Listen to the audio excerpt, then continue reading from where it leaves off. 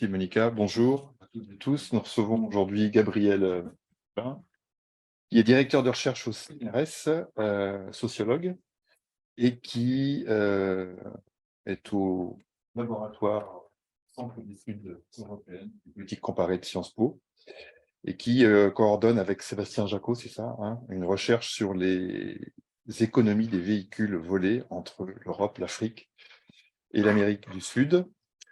Et je lui passe tout de suite la parole. Voilà, merci Gabriel.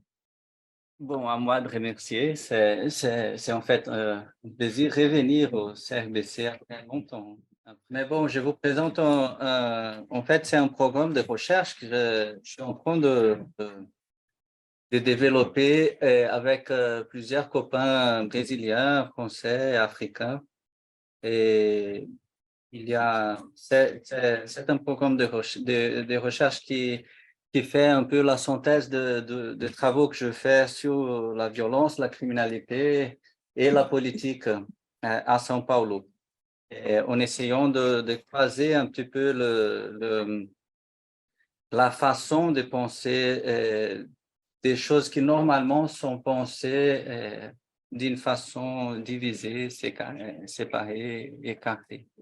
Par exemple, euh, les rapports de pouvoir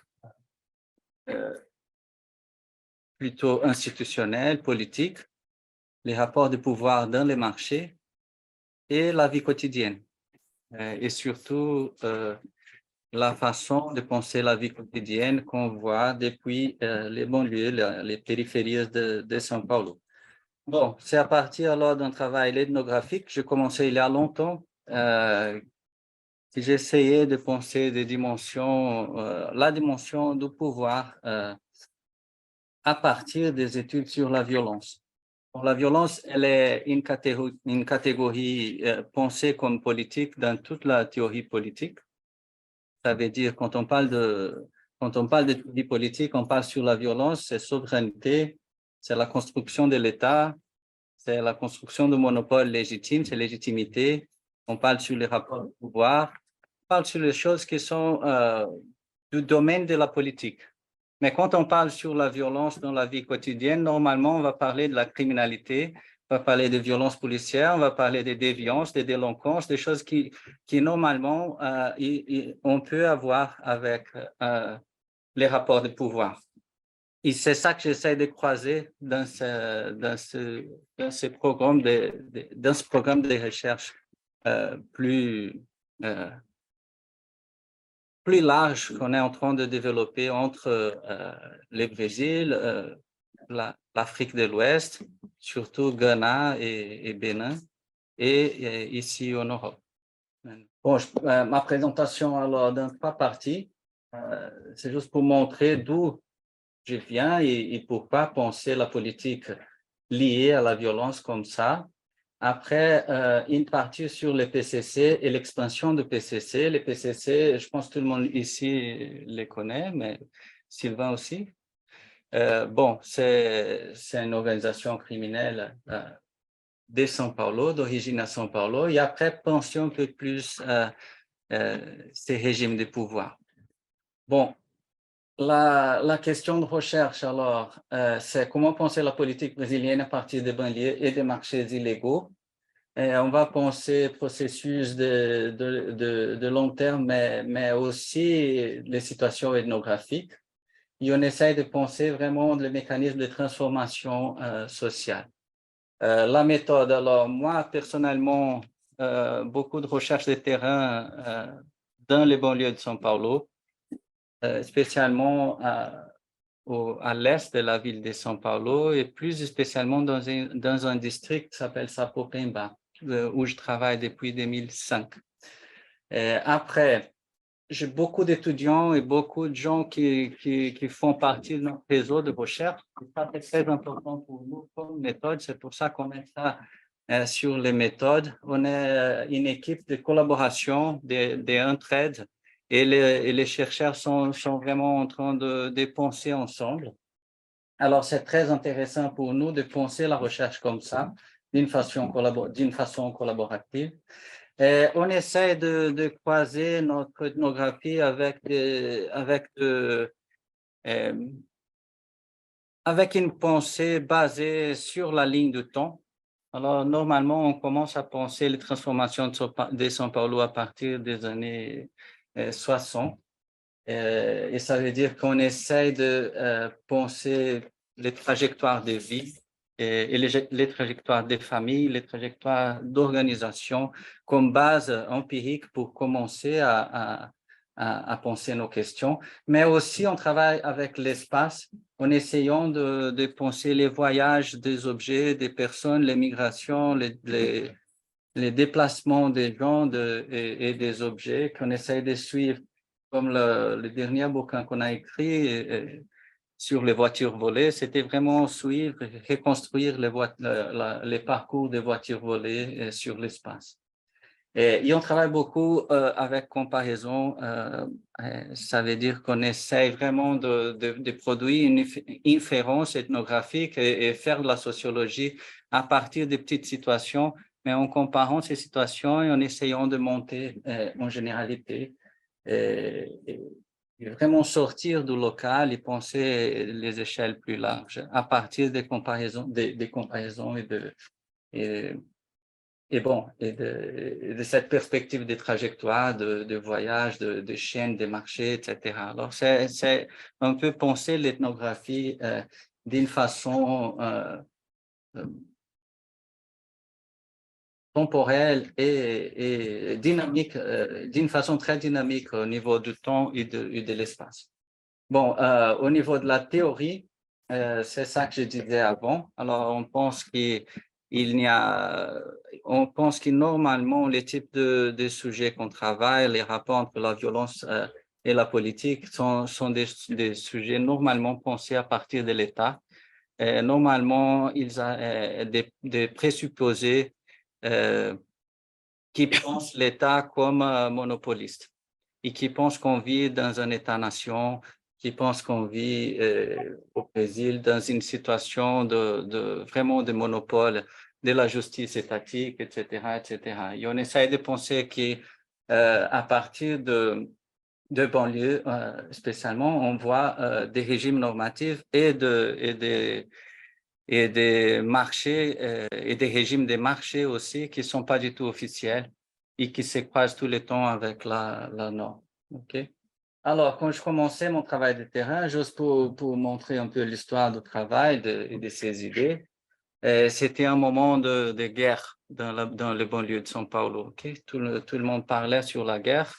C'était avant la guerre, après la guerre, quand la guerre a éclaté. Les gens utilisaient ces mots-là et il y avait beaucoup d'homicides. Alors, j'ai commencé l'année 97. C'était presque le moment le plus haut en termes de taux d'homicide. À chaque fois que j'étais dans un favela, tout le monde parlait sur quelqu'un qui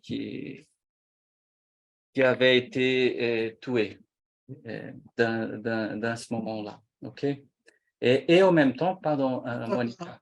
Et en même temps, c'était le moment où, dans mon master à l'UNICAMP, on discutait la construction démocratique, la transition démocratique et tout le moment, les moments de construction de lois, des institutions, de conseils de participation, orçamento participatif, etc., etc. Alors, c'était pour moi une énorme contradiction. Parfait. Voilà, et c'était comme ça, alors, une contradiction très forte dans ma formation, dans mon moment de formation. J'étais en train d'étudier la participation démocratique, etc. Et en même temps, il y avait une guerre et personne à l'université parlait sur cette guerre. Mais quand j'étais sur le terrain, il n'y avait que ça, en fait. Alors, merci.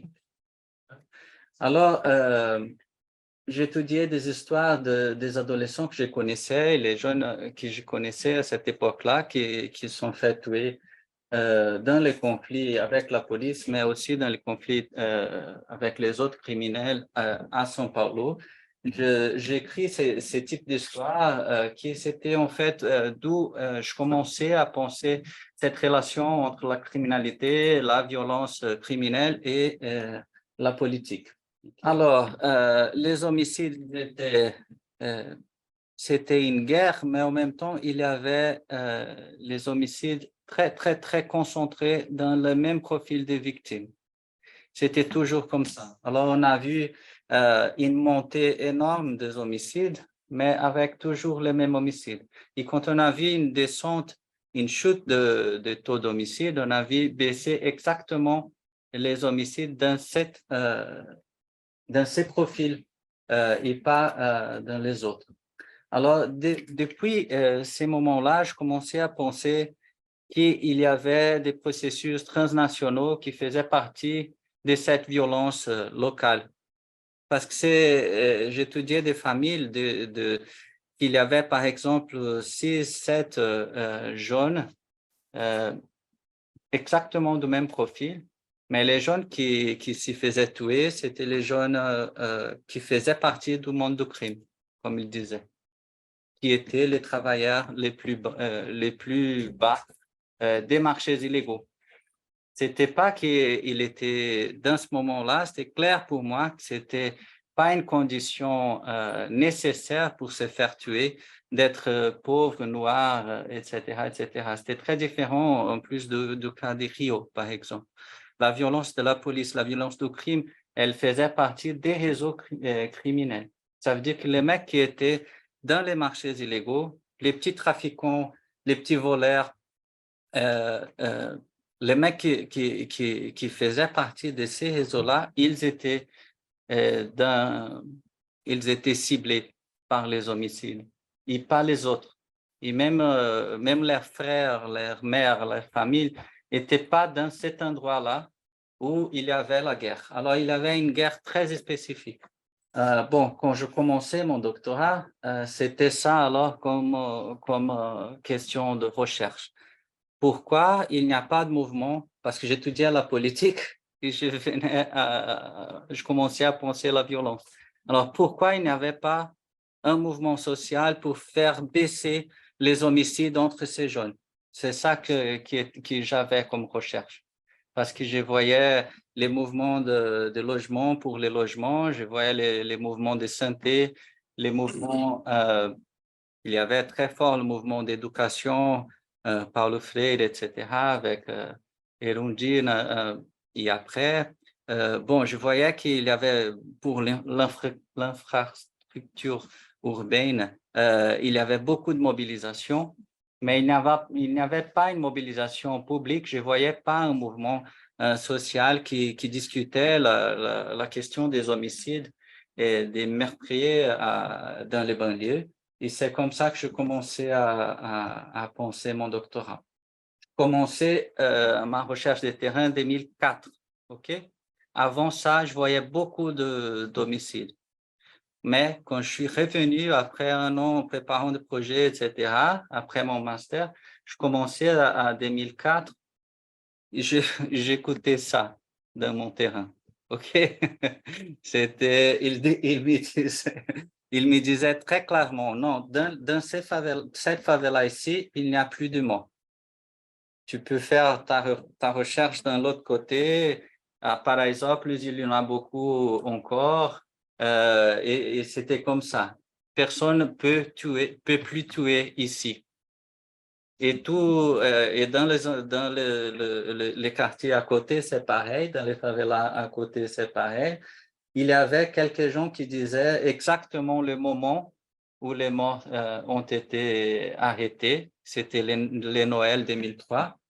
Et il y avait aussi cette expression qui après, c'était connu d'une idée qui pour tuer quelqu'un maintenant, c'est une bureaucratie énorme.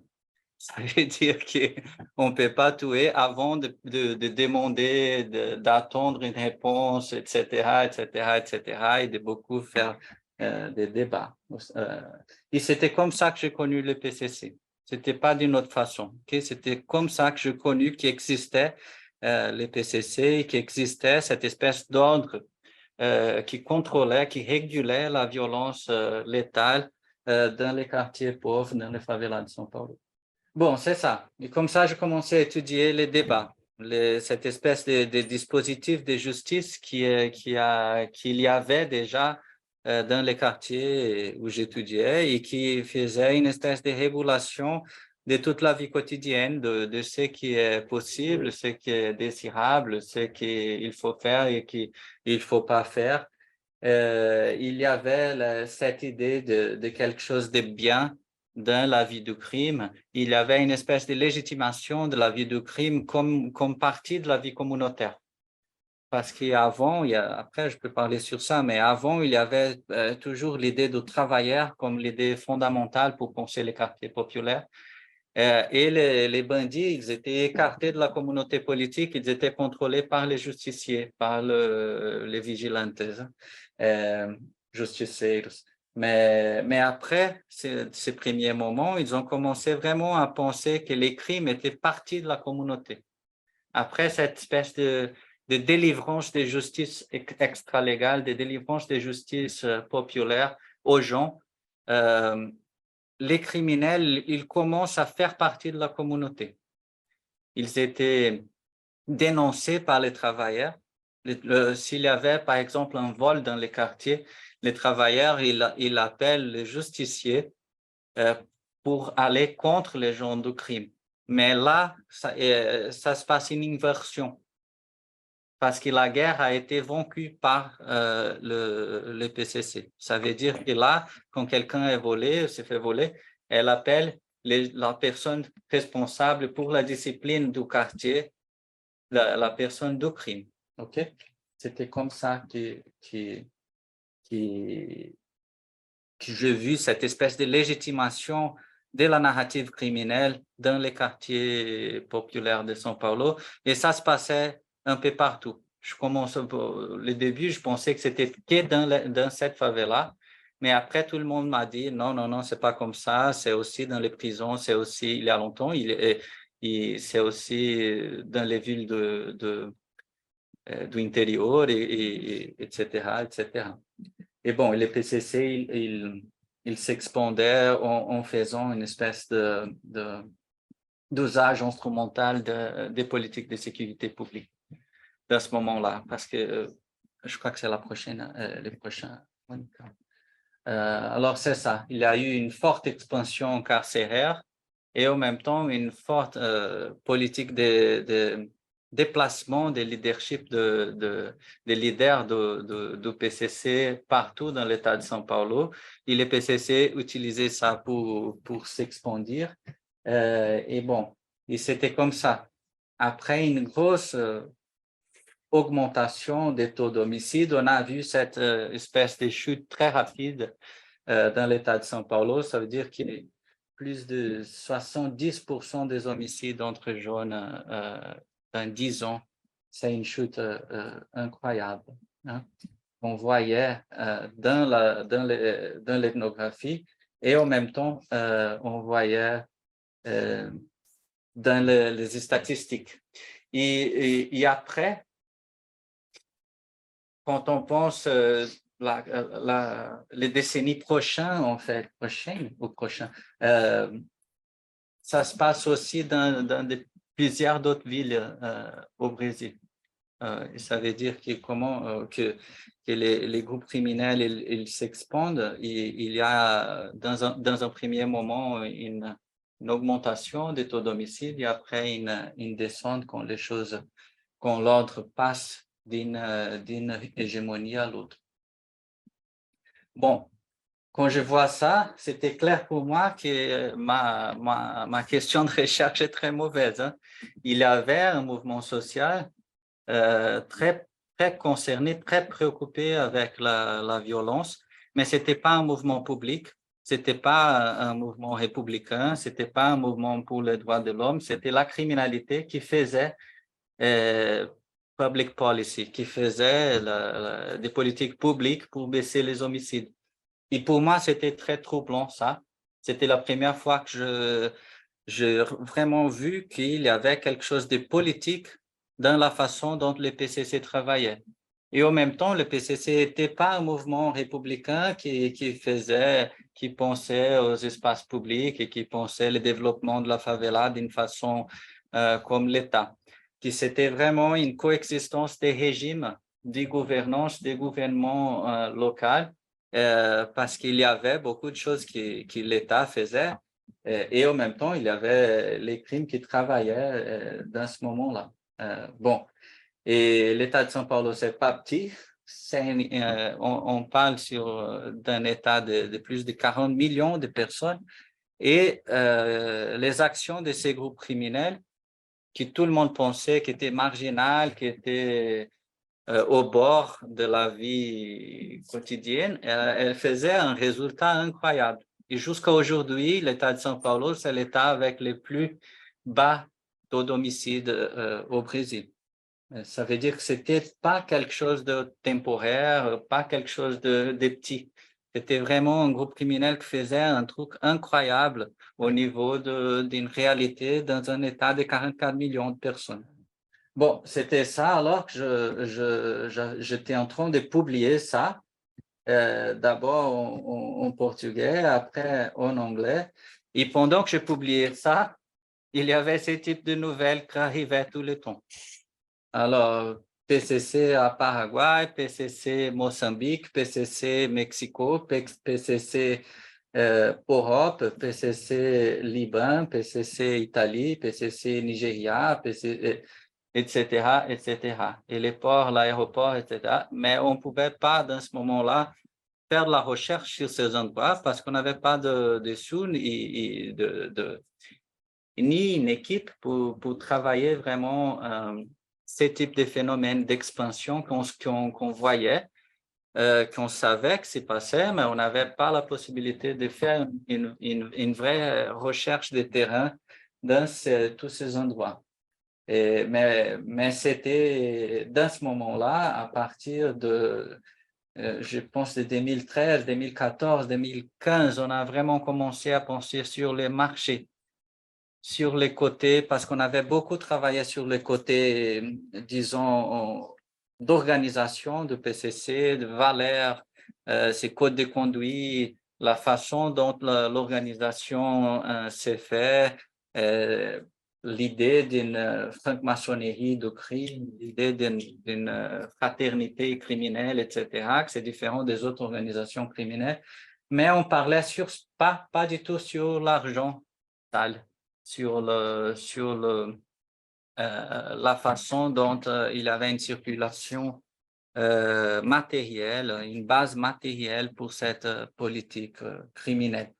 Et là, à partir de ce moment-là, on a commencé à penser qu'il y avait vraiment, qu'on avait besoin de penser au marché. Je ne sais pas si c'est clair pour vous, ça c'est les couverts de disques de Racionais M6. Ça, c'est 92 et après, c'est 2015.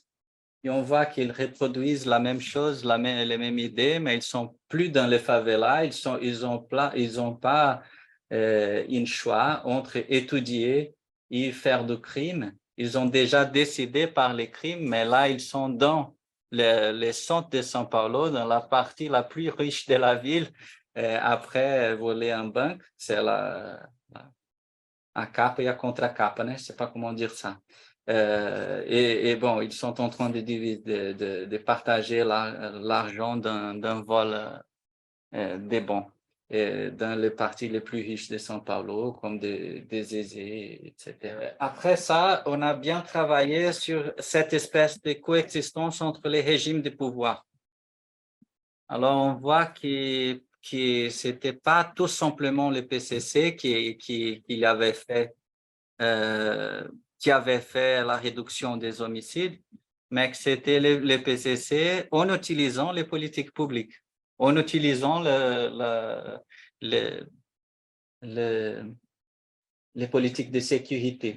Et cette espèce d'équation, pour nous, c'était très important pour penser les choses d'une façon relationnelle et pas pour penser qu'il y a d'un côté l'État et d'autre côté les crimes organisés. Alors, au niveau théorique, on a vraiment sorti de cette équation crime organisé, cette idée de qu'il y a la vertu démocratique ici et les gens qui sont les mauvais par là. Les choses se font vraiment en relation et c'est pour ça qu'on pensait les politiques de l'État et les types de réactions de PCC pendant le temps, et on voit qu'elles sont vraiment, elles sont vraiment pensées les uns par rapport aux autres. Bon, voilà, toute cette bibliographie, j'ai commencé à voir, à lire des choses alors qui faisaient ce type de croisement entre la violence et la politique et les marchés. Et c'est pas facile de faire la recherche comme ça et de penser ce type de choses.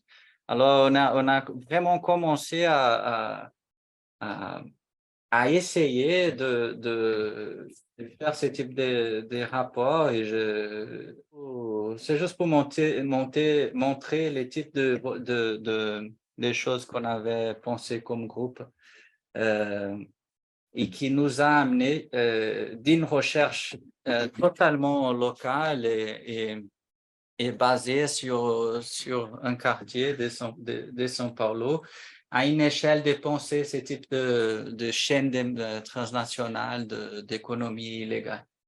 Alors, c'est ce type de littérature qu'on a lu les dernières années.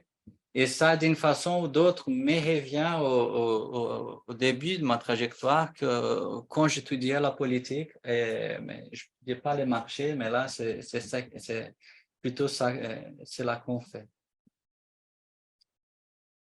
Bon, après, je fais ça, que c'était une espèce de tentative de faire un débat public sur le problème de la violence et du PCC et etc.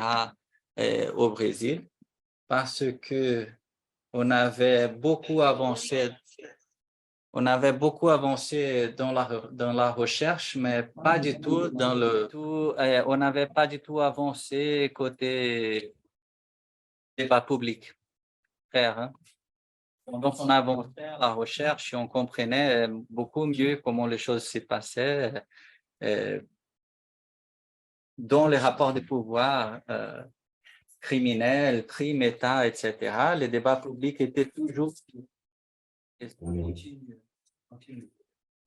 Alors ça, c'est une espèce de parenthèse pour essayer de faire un débat public un peu plus qualifié sur ce thème-là. Bon, troisième partie, la dernière, ce travail alors qu'on arrive à vraiment penser les marchés illégaux et les chaînes transnationales des marchés, surtout les chaînes de la cocaïne et des voitures volées. Voitures volées parce qu'il en a beaucoup et c'est plus facile de quantifier et de faire de penser la dimension d'un marché illégal.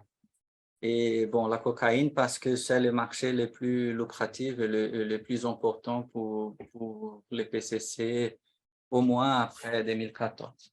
On avait pensé à ces deux marchés alors, sont tous les deux des marchés transnationaux énormes.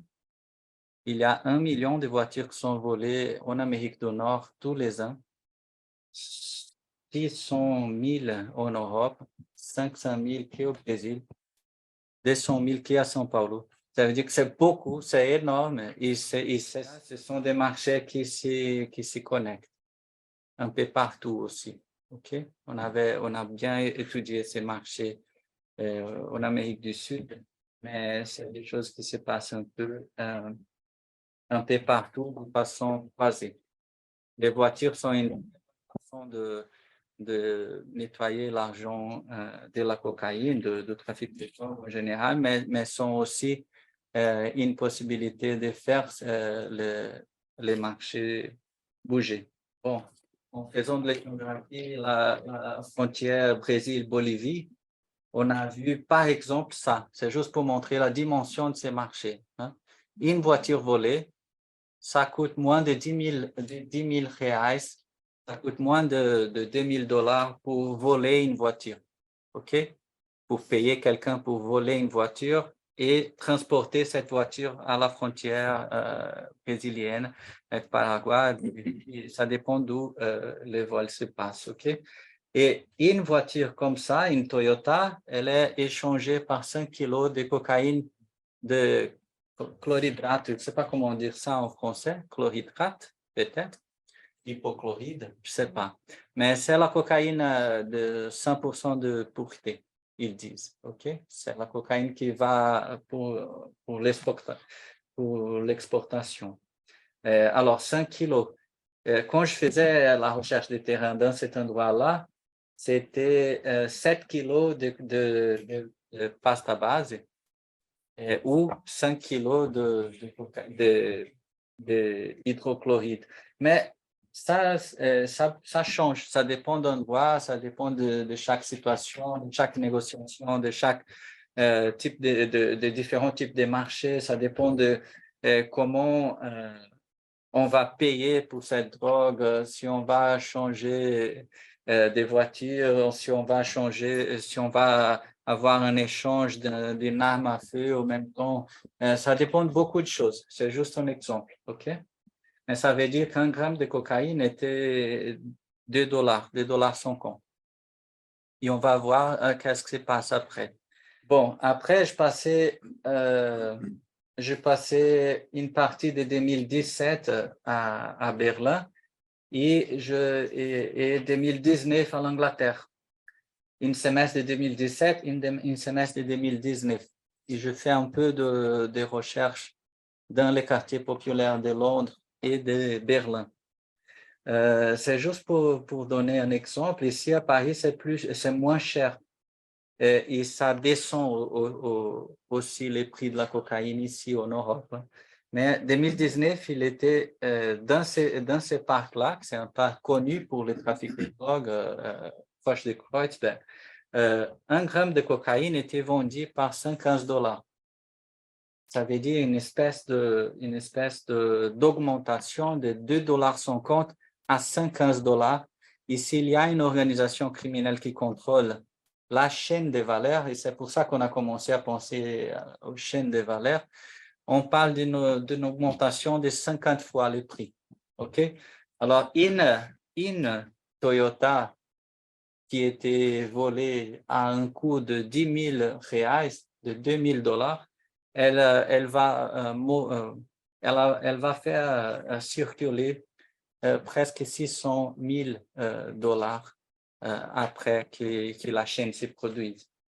Bon, on a vu et on voit, et je fais ça, je ne fais que ça en fait, j'ai lu les nouvelles sur la cocaïne qui arrive en Europe il y a quelques années. Bon, il y a les groupes criminels qui s'internationalisent, qui font une grosse accumulation et qui font de la politique, hein, qui font qui font de rapports de pouvoir qui ne sont pas des rapports de pouvoir étatiques. Je ne dis pas qu'ils veulent être l'État ou qu'ils veulent conquérir l'État ou qu'ils veulent le contraire. Hein, ils veulent démontrer comme les gens qui travaillent dans l'ombre, mais en même temps qui font des grosses business et qui changent les choses par derrière. Et en même temps, il y a une forte réaction des pouvoirs institués à cette expansion criminelle, surtout dans les côtés marchés illégaux. Parce que les marchés des protections, les marchés illégaux, ils sont disputés par les élites et pour les groupes criminels. Alors, on a eu d'un côté, et déjà dans une dimension transnationale, une forte militarisation, internationalisation, politisation, internationalisation des réseaux criminels, et de l'autre côté, une forte militarisation de la politique et du contrôle pour l'État. OK? Alors, on a vu les 10 dernières années une forte politisation aussi de la police. Et pour moi, c'était aussi une chose que je voyais au Brésil beaucoup. Ça veut dire qu'on voyait le Bolsonaro grandir depuis 2014 dans les banlieues, etc.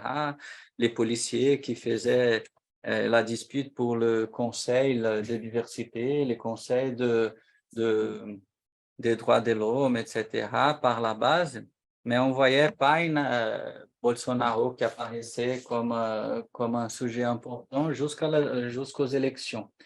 Mais après, si on voit en France les types de politisation qui se passent ici, dans la police, c'est exactement le même processus. C'est totalement différent l'échelle, mais c'est exactement la même façon de penser et de dire non, les lois, elles protègent les bandits, la loi, elle laisse pas que nous travaillons, on essaie de faire de bonnes choses, de contrôler les gens, mais la société, elle est pro les bandits, c'est contre les flics, etc., etc., etc., etc. C'est exactement le même type de discours qu'on voit ici, on voit là-bas.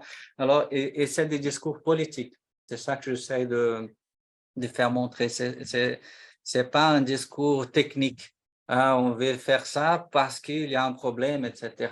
Non, c'est à nous que la société dirige les mensonges et les problèmes. Et on est les bons citoyens qui on risque notre vie pour faire la sécurité de tout le monde et tout le monde est contre nous et en faveur des bandits, etc., etc. C'est exactement la même chose que j'ai vu ici dans la police qu'on voit là-bas au Brésil.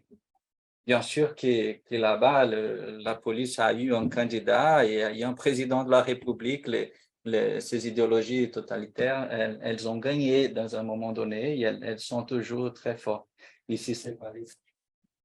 Bon, et puis avec ça, je finis. Oui, c'est ça, c'est juste pour dire que j'utilisais les tentures des C'est pas lié c'est un artiste. à tes vrais interviewés? Non, non, non, non, c'est les images que cet artiste, un artiste d'Hélène, il fait. Et je pense que c'est super pour montrer un peu comment penser l'esthétique, comme l'esthétique aussi joue dans ce conflit. Bon, c'était ça. Pardon, je parle trop normalement, j'ai trop parlé. Non, c'était parfait.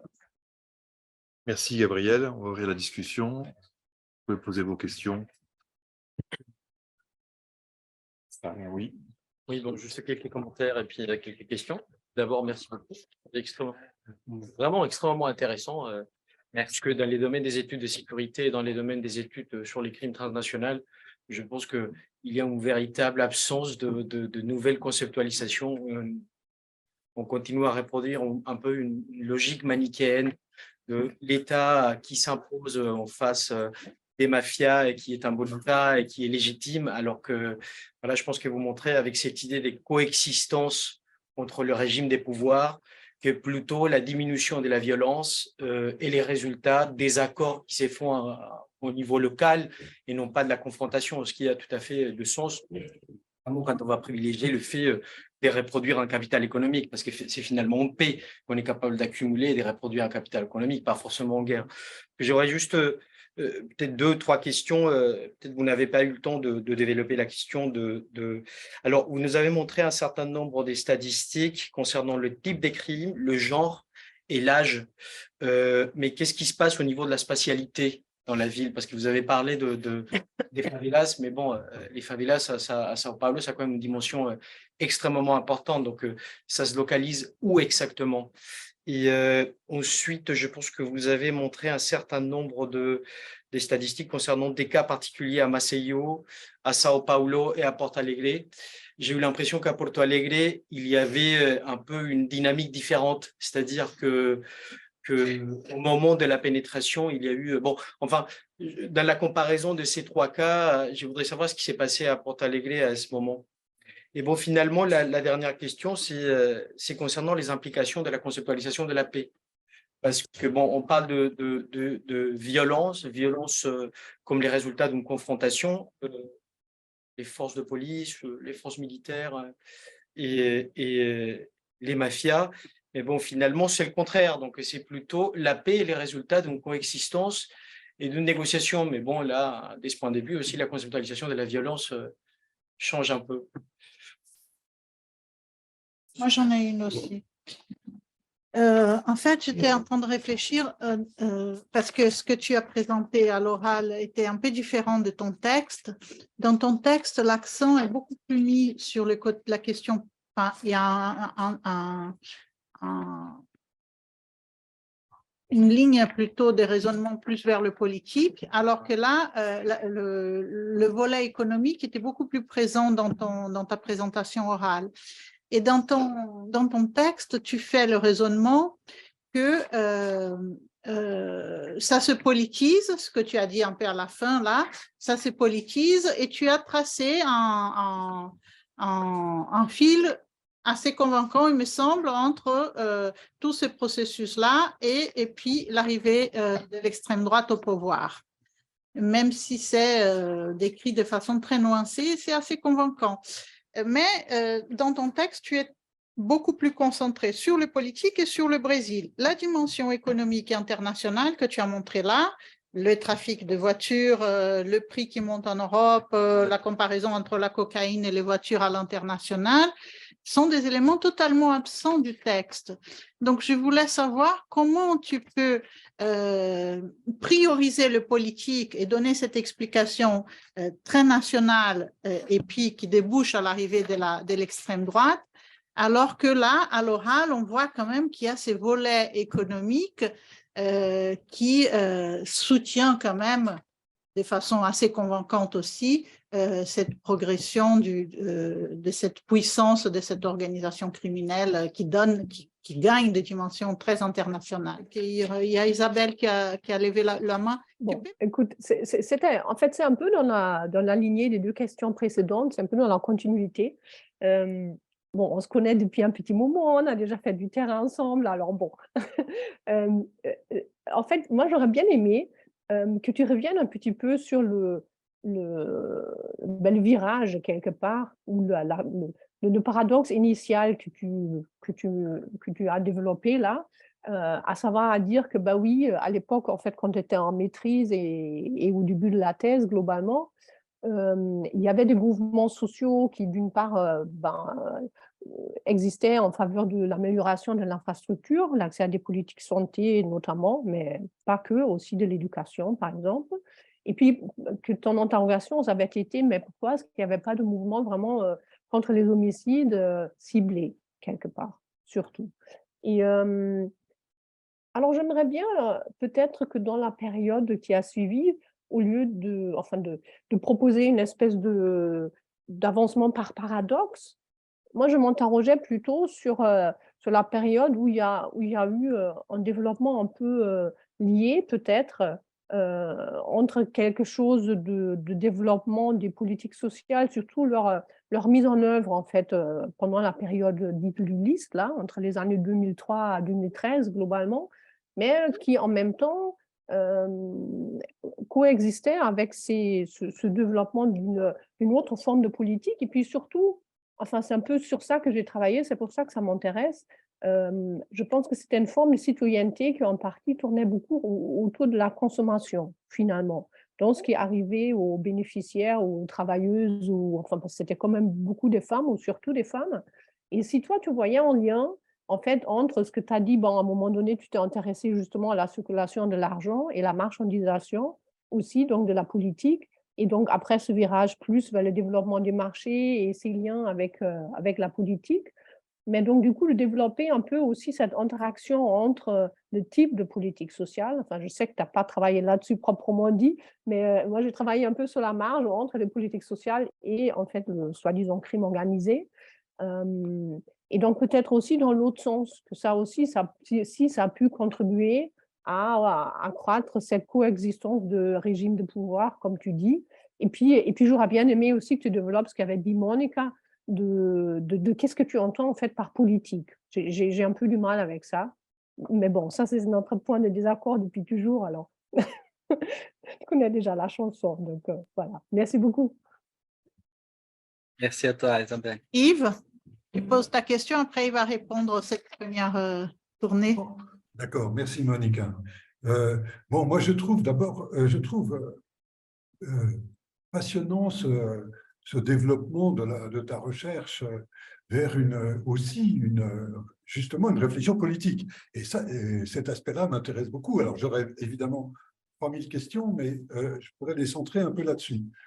En fait, tu laisses entendre, sans le dire clairement, moi aussi, comme Monica, j'ai lu le papier et mes questions sont plutôt à partir du papier. Il y a de l'orage ici. Alors, en fait, tu décris la construction d'un État à partir des prisons, puis des favelas de São Paulo qui s'étendent à tout le Brésil. Est-ce que tu peux dire ça? Est-ce que tu dirais ça? Qu'il se construit un contre-État dans les favelas, appuyé sur le marché, évidemment, dont tu parles. Un autre point serait de savoir si c'est bien un État, est-ce qu'il n'y en aurait pas encore un autre, outre celui dont tu parles, là, de tes deux acteurs, là, l'État officiel institutionnel, qui est l'armée. On a vu à quel point l'armée était fondamentale dans l'événement du 8 janvier. Et Piero Lerner, donc que tu cites pour d'autres choses, a assez bien montré aussi comment l'armée était, depuis la guerre du Uruguay, la guerre du Paraguay, une force de contrôle même au-dessus de l'État, ou sur l'État, ou à côté de l'État. Est-ce que tu dirais ça aussi? Par ailleurs, une question de fait. Tu évoques comment Bolsonaro s'appuie sur les évangélistes, sur cette volonté d'antisystème, mais est-ce qu'il a des liens avec le PCC, à travers la milice, à travers d'autres choses? Est-ce qu'il y a des liens avec le PCC? Est-ce qu'il y a quelque chose comme une alliance? Enfin, je voudrais aussi parler de ce niveau que tu évoques, de l'institutionnel et du non-institutionnel. Tu évoques, par exemple, et ça me semble aussi une voie, une piste vers une nouvelle sociologie politique très intéressante. Parce qu'en gros, tu dis que ce qu'il y a de politique dans ce mouvement qui vient maintenant de ce qui n'est plus une dimension classiste du social, eh bien, c'est quelque chose de non institutionnel. Et alors, on pourrait en dire beaucoup. Et ça rejoint, à mon avis, quelque chose qu'on a un peu évoqué oralement une fois, ces mouvements dans le monde entier des années 2010, qui sont des mouvements sociaux et politiques non institutionnels, des mouvements des places, fondés sur quelque chose dont tu parles évidemment dans un de tes livres et dans ce texte, qui est fondé aussi sur l'égalité comme quelque chose qui est là, qui n'est pas à conquérir, qui est là déjà, et une égalité entre gens de toutes sortes. Voilà, mes questions, excuse-moi, elles sont un peu longues. J'aurais une dernière question, si tu as le temps, ou si on a le temps, mais c'est quelle est la réception de ton propos, là, la réception dans la sociologie politique ou au Brésil et ailleurs, puisque tu es en France maintenant, en France, tu vois. Quelle réception tu as eue déjà? Non, merci. Il y a Isabelle qui a complété ici dans le chat, je te lis ce qu'elle a écrit. Et puis aussi la religion et la question des frontières des États à l'intérieur de l'État. On y va. Pas facile. Hein? Daniel, merci. Je trouve exactement ça. Il faudrait une nouvelle conceptualisation de ce type de conflit. C'est ça qu'on essaye de faire. C'est ça que je pense c'est la mission politique de tous les ethnographes, c'est de reclassifier les choses, de repenser comment les choses se combinent. Et c'est ça que j'essaie de faire exactement. Alors, et de penser les dimensions économiques, politiques d'une façon relationnelle, même si pour moi, et après je parle avec Monica sur ça, c'est encore, c'est toujours difficile de faire ça. Et c'est parfois à cause de ça que je fais un raisonnement politique et après, je fais autre raisonnement économique et j'ai du mal à croiser les choses. Et dès que j'écris les textes, j'essayais de penser plus globalement la recherche et d'essayer de présenter les programmes plus généraux parce que les tests, l'article, il fait partie de ces programmes. Sur côté spatial, les homicides, ils sont toujours au Brésil, sont très concentrés, sont toujours très concentrés. Si on pense à un État du pays, les homicides sont toujours concentrés dans, par exemple, 10 municipalités de cet État. Si on pense au pays, ils sont toujours concentrés dans le sud-est et après, nord-est, littoral. Si on pense dans une ville, ils sont toujours concentrés dans les favelas. Qui à São Paulo, ils sont dans le banlieue. Et ça dépend de type de... Bon, presque toutes les villes au Brésil, elles sont grandies d'une façon pour un élargissement de banlieues. Non, ce n'est pas les villes compactes, c'est les villes élargies par croissance des banlieues pauvres. Et c'est toujours... et les homicides, ils sont toujours concentrés dans les quartiers populaires parce que c'est là-bas que se fait la guerre pour ce type de marché. Et bon, bien sûr que le marché, il va partout. Il y a les gens de classe moyenne, des élites, etc., qui font de la consommation de drogue. Je me souviens du travail de Carolina Grill et tout le monde qui a étudié le trafic de drogue dans les classes moyennes au Brésil et les élites. Mais c'est la guerre pour les marchés, c'est plutôt dans les banlieues et c'est pour ça que les homicides sont concentrés là-bas avec ces types spécifiques, très spécifiques de victimes. C'est ça. Porto Alegre, c'est très différent. On est plusieurs auteurs dans cet article-là. On est basé sur l'ethnographie d'une très bonne chercheuse qui s'appelle Marcele Cipriani. Et Marcel, elle a étudié elle fait partie de l'article aussi, c'est elle la responsable pour les cas de Porto Alegre. Et ce qu'on a bien remarqué, c'est qu'on part d'un niveau d'homicide très bas à Porto Alegre. Si on compare, par exemple, les niveaux, dans cet article-là, on est en train de discuter les variations des homicides. Et on voit les variations qui sont similaires dès le moment où les factions ou les groupes criminels ils commencent à s'organiser et les petits gangs sont absorbés par les organisations plus larges. OK? Et ça se passe exactement de la même façon dans les différentes villes. Mais par exemple, à Porto Alegre, on avait un niveau d'homicide très bas et on a une très grande variation. Mais à Maceió, par exemple, on partait déjà d'un niveau très haut d'homicide.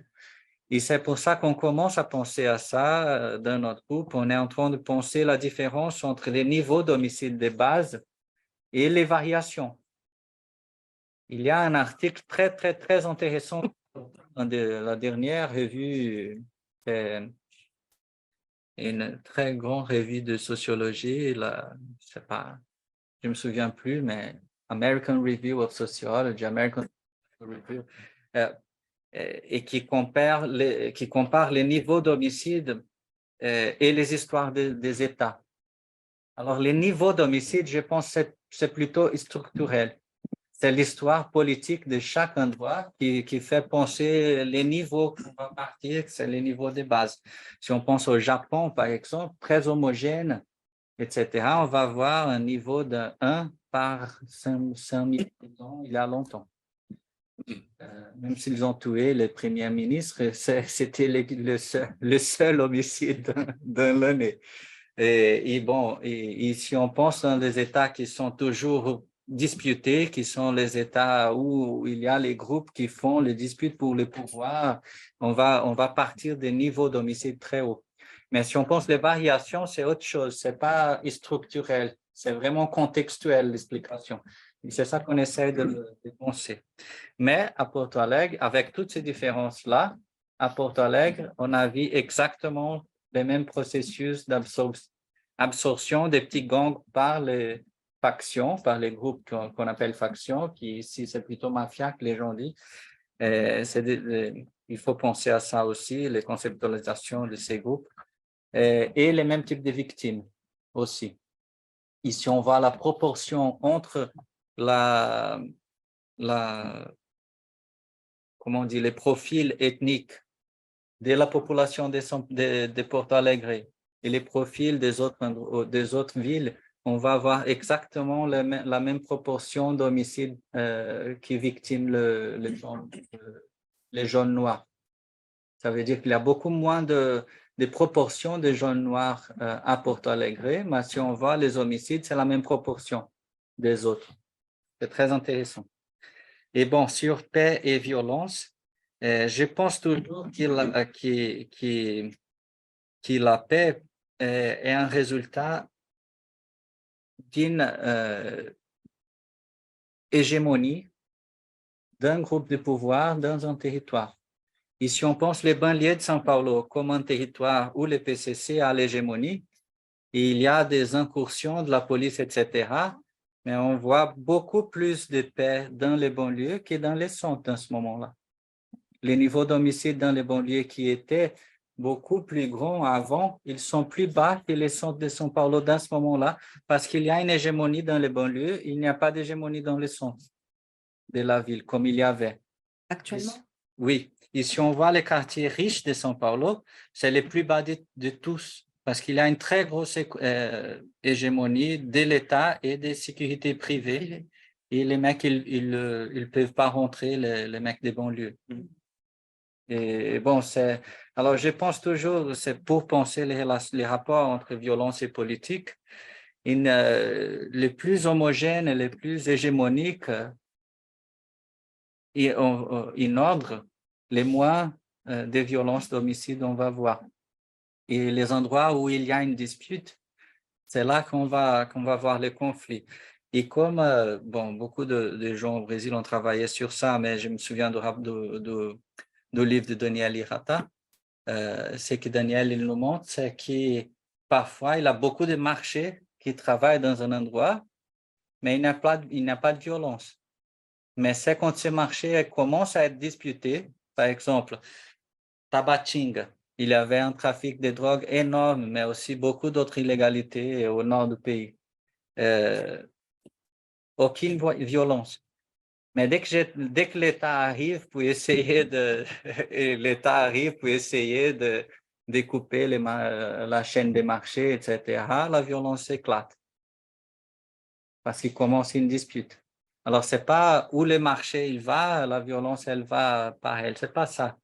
Pérou, Bolivie, beaucoup de marchés illégaux sans violence, mais il y a une dispute qui fait ça.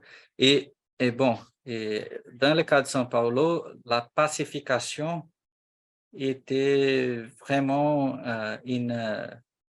les accords entre les groupes criminels, mais aussi les pays membres de la police. Au lieu de confronter la police, on la paye. C'est très différent de cas de Rio et des autres cas. Alors, ils ne sont pas alliés, ils ne sont pas partenaires, ils sont des gens qu'on paye et qui travaillent pour nous. C'est ça. C'est comme ça qu'un mec du PCC, il pense la police. Il faut la payer. Et c'est tout. Alors, j'ai écrit un article en 2015 que c'était les rôles de l'argent dans ce type de relations politiques, etc. Très inspiré par Zimmel. Bon, Monica, bon, grand merci pour ça. Pour moi, c'est toujours un problème pour lier les différentes dimensions de mon travail, parce que je pense toutes les choses comme connectées, mais en fait, pour traduire, je coupe en partie la pensée et je dis, OK, là, on va parler sur la politique, là, on va parler sur l'économie, là, on va parler sur les crimes, là, on va parler sur les PCC. Et je suis dans un moment de ma vie d'essayer de rassembler ce type de choses dans une espèce vraiment d'un pensée relationnel entre la violence et les politiques, les pouvoirs, etc. Alors, les textes étaient plutôt sur comment ce type de régime de pouvoir, ils sont, pour moi, le texte, c'est ça, tout le monde pense que les banlieues, c'est la marche, c'est les marches, c'est les choses qui n'importent pas, que c'est le reste. Mais mon argument, c'est l'opposé. C'est OK, il y avait 20 ans, on pensait à élargir les droits aux banlieues. On pensait qu'on avait déjà une démocratie, on avait déjà un État démocratique, mais qu'on n'avait pas encore les droits dans les banlieues. Et on était dans un processus de civilisation de la banlieue, d'expansion des droits, d'expansion d'une forme de pensée, une rationalité politique plutôt républicaine, pour les gens qui n'y avaient pas, ou peut-être pas encore, cette rationalité. Et ce qu'on a vu depuis 20 ans, c'était l'opposé. J'ai un texte qui s'appelle La force centripète, qui pense à ça. C'était plutôt la façon de penser les pouvoirs dans le banlieue qui est arrivée au centre de la politique brésilienne avec Bolsonaro. Et je ne sais pas, et sur le côté, sur la base matérielle du bolsonarisme, là, j'essayais de faire un autre texte qui s'appelle La police et politique, qui c'était justement pour penser à ça. Peut-être qu'il faudrait inclure ça dans ce texte-là, si on va les publier, je ne sais pas. Mais peut-être qu'il faudrait penser, inclure quelques parties qui pensent toujours la base matérielle du bolsonarisme.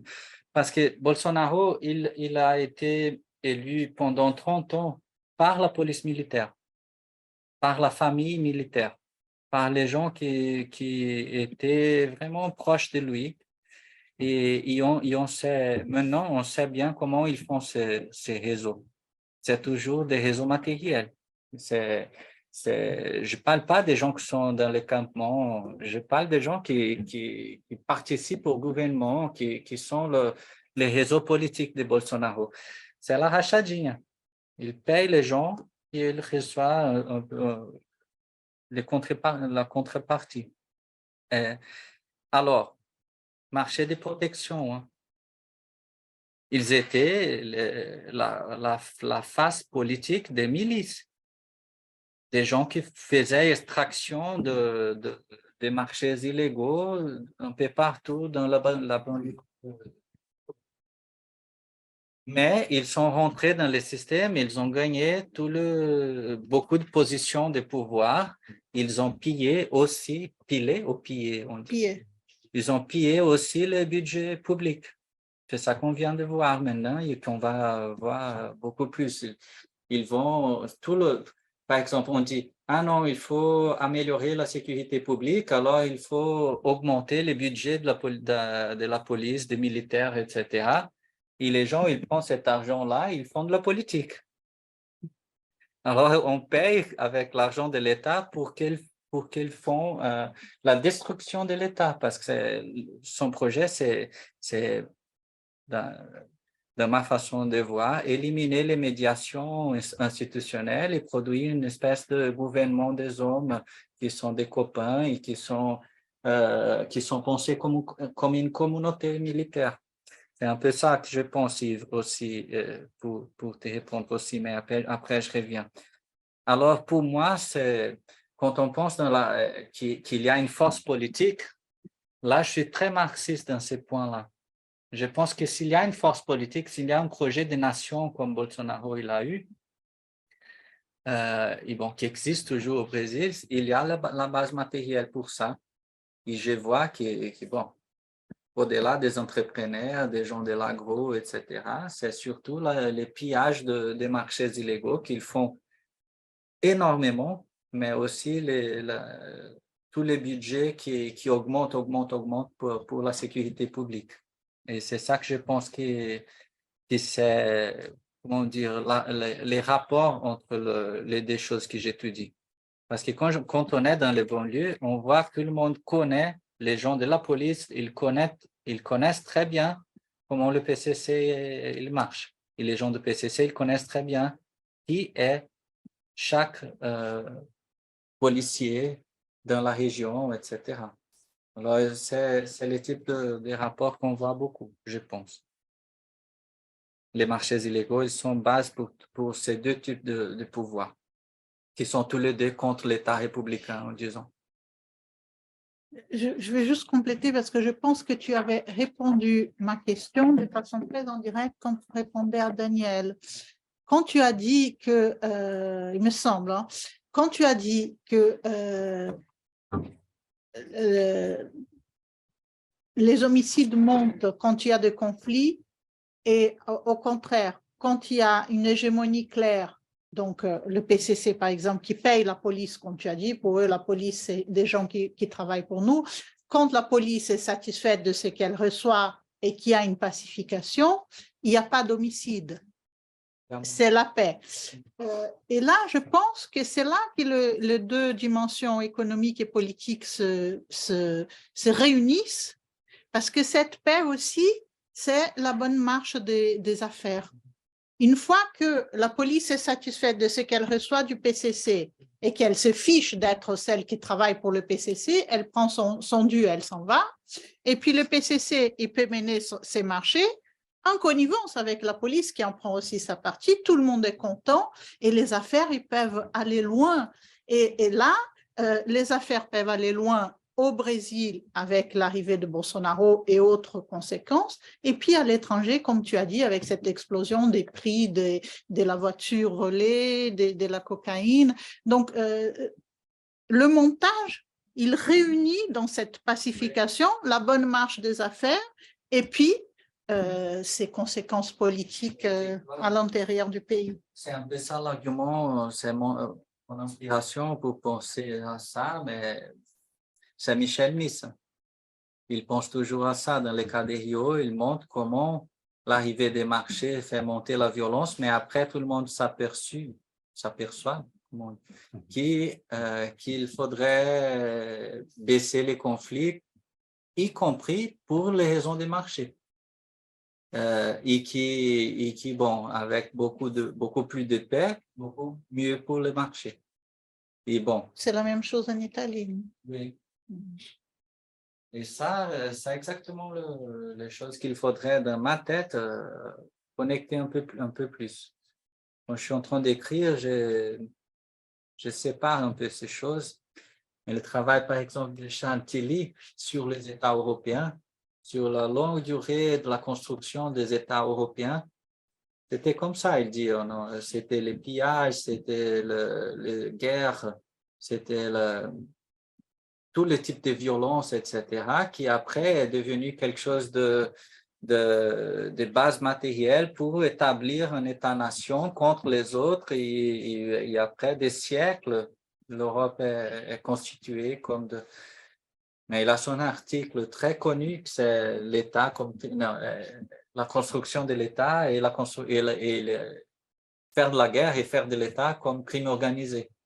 Alors, il commence à penser à ces types de choses, la lutte pour les marchés, et la construction politique et les inégalités. Comme, c'est pas les historiens aussi, pour penser la formation de la classe ouvrière à l'Angleterre, c'est de grosses disputes, y compris par les marchés. Bon, beaucoup de choses à penser. Je suis déjà dans le thème d'Yves. Yves, je ne dirais pas que c'est une construction d'un État juste parce qu'ils pensent toujours qu'ils peuvent être une espèce de contre-pouvoir qu'instrumentalise les pouvoirs de l'État. Alors, par exemple, s'il y a un besoin au niveau de la santé, personne ne va chercher le PCC. S'il y a un besoin, par exemple, d'éducation, de quelque aide côté social, etc., ils ne vont pas chercher le PCC. S'il y a un problème de, je sais pas, de politique sociale, après, je ne vais pas le mettre. Ils ne vont pas chercher le mec du PCC parce que ça, c'est la responsabilité de l'État. Mais si on parle de violence, si on parle de justice, Là, c'est à nous de le faire. Alors, c'est comme s'il faisait les sons d'un État néolibéral. Là, c'est à nous. Mais sinon, toutes les autres choses, on va avoir dans une corrélation avec l'État. Et même quand il dit, nous, on est autonome, c'est nous pour nous, etc., c'est pas ça du tout, en fait. C'est nous pour penser la justice et la régulation de la violence. Sinon, tout le reste, c'est privé ou public. Et en plus, Yves, l'expansion du PCC après 2002, elle est beaucoup centrée sur les marchés. L'idéologie Marcola, c'est pas institutionnaliser un pouvoir, mais c'est vraiment être très fort dans les endroits où les marchés ils se montrent dynamiques. Ça veut dire que le PCC va aux frontières, aux ports, aux aéroports et s'expande pour tous les pays en organisant les autres marchés dans tous les pays. Alors, ils veulent pas... il y a une bureaucratisation aussi. Je me souviens de ton travail sur les leaders russes, etc. Très, très, très intéressant pour penser aussi comment le PCC se bureaucratise un peu, mais ils sont toujours contre cette bureaucratisation. Ils vont, par exemple, il y a un registre de tout le monde qui est PCC dans un moment donné, qui sont partis, qui rentrent dans l'organisation, etc., qui sont baptisés. Il faut écrire parce que sinon c'est impossible. Mais c'est des choses qu'ils n'aiment pas, qu'ils veulent pas professionnaliser. C'est des choses très précaires. Mais si on voit comment ils font des marchés et comment ils font pour nettoyer de l'argent, c'est très professionnel, très international, très numérique, c'est incroyable. Alors, c'est des types de choses pour penser. Relation entre Bolsonaro et PCC, jamais vu. Je pense que c'est toujours, il y a deux types de groupes armés au Brésil. C'est les groupes contre le système et les groupes pro-système. C'est comme ça que je pense dans ma tête. Alors, les milices, qui c'est la base de Bolsonaro, ils sont des amis de la police, sont des amis des justiciers. Ils sont contre les crimes. Ils sont des ennemis. Et les crimes, si c'est pour lutter contre la police, même s'ils sont des groupes différents, ils vont lutter ensemble contre la police. Alors, c'est comme ça que je raisonne d'une façon très simple. Normalement, c'est les gens contre le système ou en faveur du système. C'était ça la guerre dans les banlieues de São Paulo. Les justiciers et la police et les élites et les classes moyennes, etc., contre les crimes.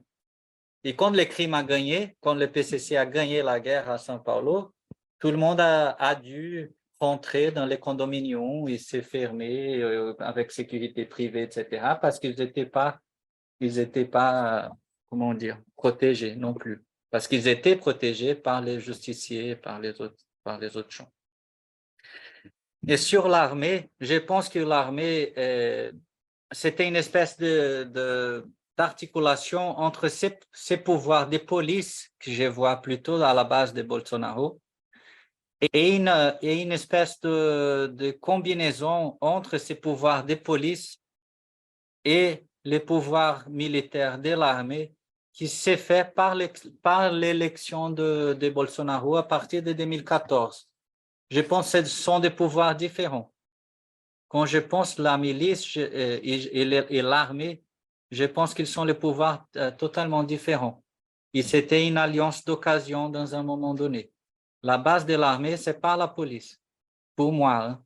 Mais ce n'est pas mon thème, c'est ça que je vois un peu dans mon travail. Mais je pense que les pouvoirs de l'armée, c'est plutôt concentré dans les généraux qui font une stratégie, etc., politique. Et les pouvoirs de police du groupe bolsonariste sont les pouvoirs qui sont vraiment la force, c'est la base. Ce n'est pas les gens qu'on dit, oh, c'est les commandants de la police, c'est les mecs. Non, non, non, c'est tout pour la base.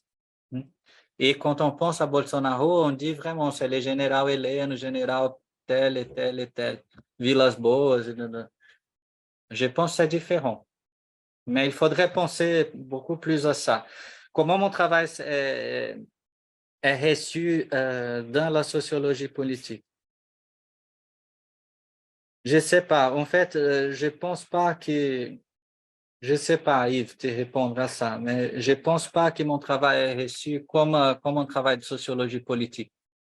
Je pense toujours que mon travail est pensé comme une sociologie du crime ou du PCC ou quelque chose comme ça. Il y a des moments comme ici que j'adore, que je peux penser à tout ça parce qu'on pense le Brésil, on pense et je fais cette espèce de sociologie politique, économique que j'adore. Mais dans les plusieurs endroits où je circule, c'est beaucoup plus thématique. Où on va discuter le bolsonarisme, où on va discuter le PCC, où on va discuter les banlieues de São Paulo et les transformations dans les banlieues, etc. Alors, c'est parfois une sociologie urbaine, parfois une sociologie du crime, mais il faudrait penser à connecter tout ça. C'est ça que j'essaie de faire. Isabelle, non, super.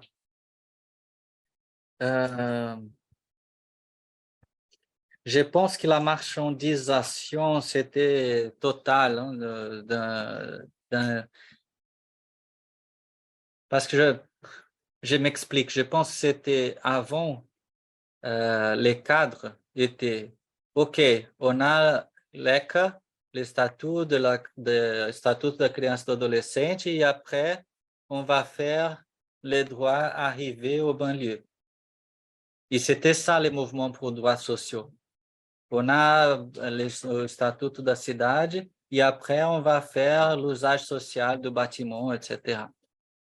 On a les SUS avant, et après, on va faire la santé arrivée aux banlieues. Et les mouvements sociaux étaient transformés, c'était ça, ma thèse de master, c'était ça, ma mémoire de master, c'était ça. C'était la reconversion les mouvements sociaux, ils criaient à l'État, on a besoin de droits. Mais il y avait ici un État, une dictature qui voyait par la demande. Après, on a eu la démocratie et les mouvements sociaux criaient. Il y avait un parti qui représentait ça et qui a occupé le gouvernement. Dès que ça se passait, côté structurel, la demande n'était pas des mouvements sociaux vers l'État, mais surtout l'opposé. C'était les gens des mouvements sociaux qui disaient non, on a besoin les gens du gouvernement qui disaient on a besoin de quelqu'un à la base pour faire marcher nos politiques sociales.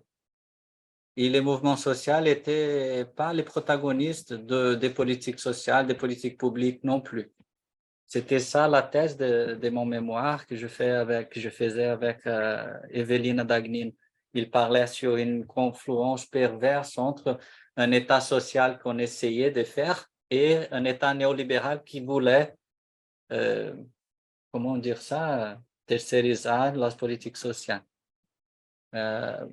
Bon, et je pense que dans ce moment-là, Isabelle, sous-traiter, merci Yves, qui sous-traitait les mouvements pour faire la politique sociale. Bon, dans ce moment-là, Isabelle, je crois que la force, la puissance de l'idée des droits de l'homme, de l'idée des droits sociaux, de l'idée des droits économiques, l'idée des droits à la santé, etc., ça a été totalement... bon, cette idée, elle était démolie par l'idée de que il faut que je lutte pour le minimum nécessaire pour la survie. La lutte de tous contre tous pour avoir un espace de survie. Et bon, et c'est dans les marchés que je fais cette lutte.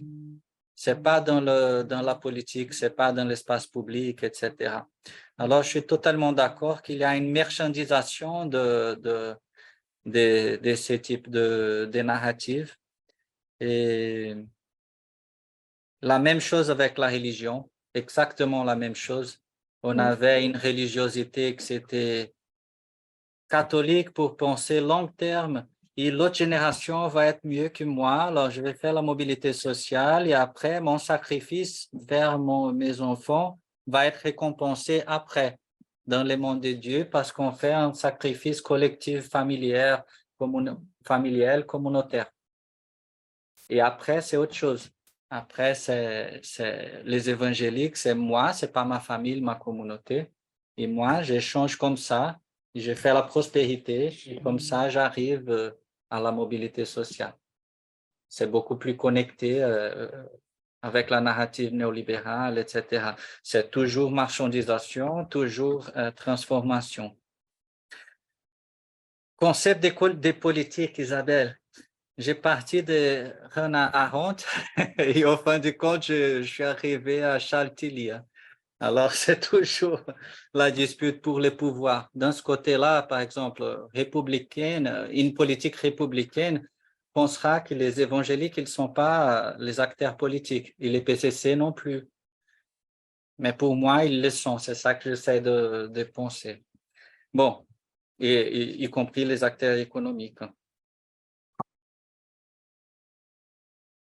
Merci. Je ne sais pas si j'ai tout répondu, mais c'est très compliqué et m'y fait penser beaucoup. Tu as très bien répondu. Isabelle a la main levée encore. Je peux poser encore une petite question ou pas? Oui, Oui. En fait, c'était par rapport c'était au cours de tes explications sur justement la politique et la question de la violence. Enfin, je suis partiellement contente de tes réponses, mais la question que je me pose toujours, c'est un peu par rapport à ce que tu disais sur le concret, et c'est lié aussi un peu au régime d'historicité, si je peux employer un peu en grands mots comme ça, là. Mais la différence là que tu expliquais, que tu voyais entre aussi la montée du bolsonarisme et du PCC, globalement, enfin, d'après ce que j'ai compris, est quand même aussi lié un peu aux origines, d'où à chaque fois vient ce mouvement. Et avec l'idée, enfin, tu n'en as pas parlé aujourd'hui, mais quand même, le PCC, au départ, c'était un syndicat de prisonniers. Enfin, tu n'es pas revenu là-dessus, mais il y a quand même un peu ça là derrière, et l'idée, globalement, que ce sont des membres de la même population pauvre qui cherchent à rétablir une forme de justice par rapport à l'État. Et alors, je me demande, bon, c'est un peu de la provoque, mais quelque part, jusqu'à quel point il y a en fait une question aussi de moralité, ou justement le poids aussi de ces différentes origines joue sur si finalement tu considères que d'un côté, ce serait plus politique que de l'autre. Enfin, justement, la définition du politique, je ne sais pas si je suis totalement convaincue là-dessus, parce que aussi, enfin, tu as insisté beaucoup sur le matériel et alors l'action, le type d'intervention des milices qu'on peut voir d'un côté, mais aussi là, quand tu as parlé des débats, je ne sais pas si tout le monde partage ce niveau de connaissance, je pense a priori non, mais la forme dont sont opérationnalisées les issues des débats ou les délibérations passe aussi par la violence physique très radicale. Enfin, à la fois, on peut dire qu'il y a un État dans l'État, il y a un système de justice parallèle et peut-être plus efficace. C'est justement ça aussi que j'ai observé, à quel point aussi les familles, y compris en termes de délai, en cas de viol ou quoi que ce soit, elles s'adressaient au PCC et pas au poste de santé, parce que c'était beaucoup plus immédiat la réponse, mais elle était aussi beaucoup plus drastique. Parce que du coup, ce n'est pas une justice de mettre en prison pendant X temps ou d'enlever de la circulation ou quoi que ce soit, mais c'est aussi une justice draconienne, enfin, qui passe par la violence et l'application de la violence. Et j'ai eu à plusieurs occasions, j'ai eu l'occasion aussi de discuter avec des acteurs de terrain ou enfin des propres travailleuses des postes de santé, etc., qui me posaient la question, qu'est-ce que j'en pensais? Et je dis, ce n'est pas à moi de trancher quelque part, mais donc j'essaie d'entrer un peu dans un dialogue là-dessus. Et enfin, je réfléchis toujours sur ça et aussi un peu à la fois les régimes d'historicité et du poids des origines sur la légitimité actuelle des différents acteurs, à quoi ça tient, et en lien par rapport à la transformation ou non transformation de leur mode opératoire également, qui matériellement ont des choses qui sans doute se font écho. Parce qu'il y a aussi dans les deux organisations, si on oserait sur un plan de comparaison ou de régime de pouvoir, quelque part, il y a aussi des espèces de gamme de valeurs ou de régimes de valeurs de virilité, de la violence qui peut-être ont aussi des éléments en commun. Enfin, je fais un peu de la provocation, mais je pense qu'il faut chercher à réfléchir à ça, quelque part. Quels sont aussi dans ces régimes de pouvoir, les régimes de genre qu'il y a aussi là derrière? Parce que tout ça, c'est lié, évidemment. Oui, non, mais on est d'accord. C'est de la guerre à la base. Mm. Ils disent, les mecs du PCC sont guerreiros, né? C'est des guerriers, c'est pas de bureaucrates. Ils vont toujours penser, parce qu'ils disent l'universalisme de la justice étatique, elle n'est pas juste. Il n'est pas juste du tout. Ils disent, non, c'est une rhétorique universaliste et au fin du compte, c'est totalement injuste. On ne va pas avoir les droits, etc. Alors, on assume que notre justice, ce n'est pas juste pour tout le monde, mais elle va être juste pour nous. Et on va faire la guerre contre l'État. C'est comme ça que je vois. Alors, c'est juste pour nous. C'est liberté, égalité, fraternité pour nous, pas pour tout le monde. Entre nous. Alors, par exemple, la procédure du débat, ce n'est pas une délibération comme dans une assemblée. C'est tout le monde dit ce que vous pensez et nous, du PCC, on se réunit séparément et on vient communiquer notre décision, qui c'est la vérité, les vrais ou certes. OK? Alors, c'est à nous de le faire. C'est à nous la responsabilité de gérer le monde en connexion avec cette règle morale. Et c'est comme ça que je vois. Je ne pense pas qu'on n'est pas d'accord dans ce point-là. Et c'est pour ça que je pense, Yves, que ce n'est pas un État dans cette idée de on va construire une chose pour tout le monde et on va conquérir l'État qui existe et on va faire des règles pour tout le monde. C'est nous on s'intéresse à nous. On s'intéresse à une communauté, à une fraternité, à une partie de la société qui a été toujours une partie persécutée de la société. Alors, on ne veut pas droit de l'homme, on pense que tout ça, c'est la naïveté. On est les gens qui on fait la guerre pour nous-mêmes. Peut-être qu'il y a d'autres questions. Merci. D'autres questions? J'ai une petite question, je ne sais pas si vous m'entendez. Oui. Est-ce que vous pouvez allumer votre caméra pour qu'on vous J'essaie, voit? mais je suis un peu dans un espace dark. C'est pas grave. Je suis brésilienne aussi et je travaille un peu sur les imbrications des normativités de favela à Rio. Et j'étais en train de penser en fait comment les différents groupes qui sont au pouvoir, comme vous savez, à Rio c'est très divisé, c'est pas comme à São Paulo, et chaque faction, on peut dire comme ça, va permettre un niveau de c'est que Gabriel était en train de dire de la question de distribution de justice par les factions, ça va être différent par des factions différentes. Ça veut dire qu'il y a des factions qui vont pas permettre que les huissiers de justice rentrent dans les favelas, même pour des procédures de droit de travail et tout ça. Il y a d'autres qui vont être un peu plus souples et dire, bon, pour les droits des familles, je veux vraiment pas mêler, mais vous pouvez exécuter les ordres juridiques, mais et du coup, ça dépend beaucoup jusqu'où, en fait, comme vous disiez, beaucoup de les faire de justice, j'ai l'impression que vous parlez un peu de la compétence pénale, ça veut dire des crimes, homicides, tout ça. mais pas tout pénal, parce qu'on a différents types de crimes. Et c'est que au début de ma recherche, en fait, c'était un peu mélangé. Et au début et à la fin, je m'aperçois que, en fait, il y a une espèce de conflit de compétences entre l'État et les trafiquants. Il y a d'autres domaines qui s'intéressent vraiment pas.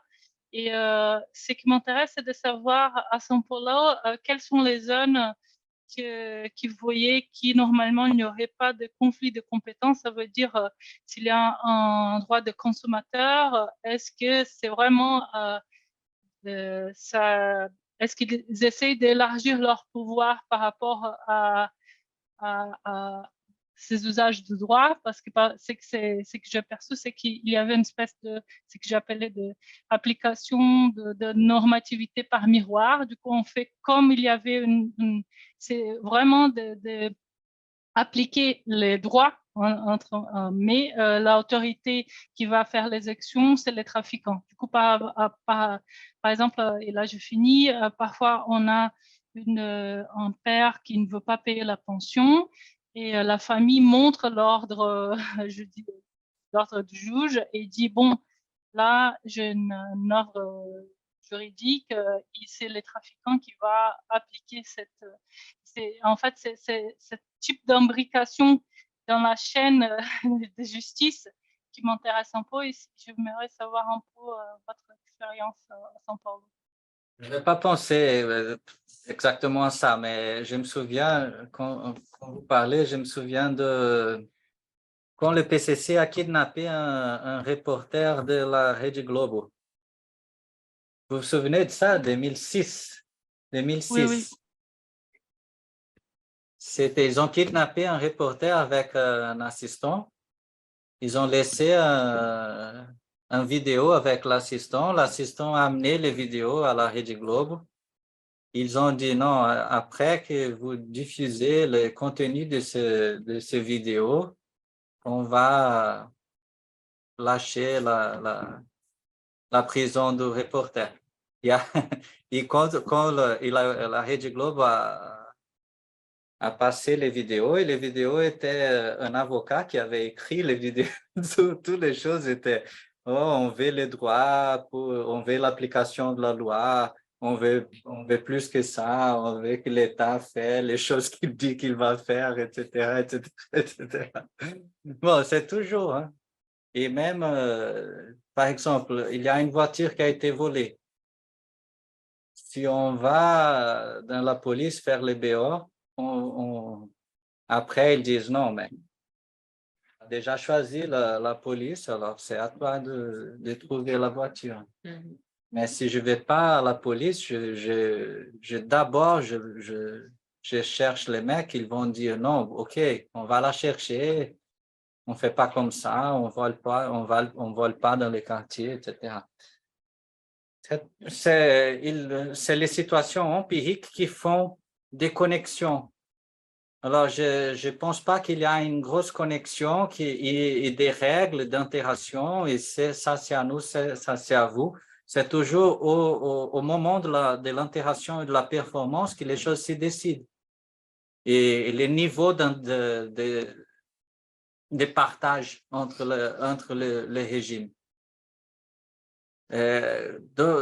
Quand j'écris le Irmãos, c'était un bouquin plutôt pour le grand public, je parlais d'une espèce de routeur d'Internet. C'était comme si les crimes étaient un routeur et l'État un autre routeur, les évangéliques autre routeur. Si quelqu'un il ne fait que partie du crime, il va être quelqu'un qui c'est vraiment criminel et pense qu'au crime. Mais la plupart des gens, elles circulent, elles se connectent dans les différents réseaux qui sont coexistants. C'est ça la métaphore que je pensais pour expliquer comment je pense ce type de choses.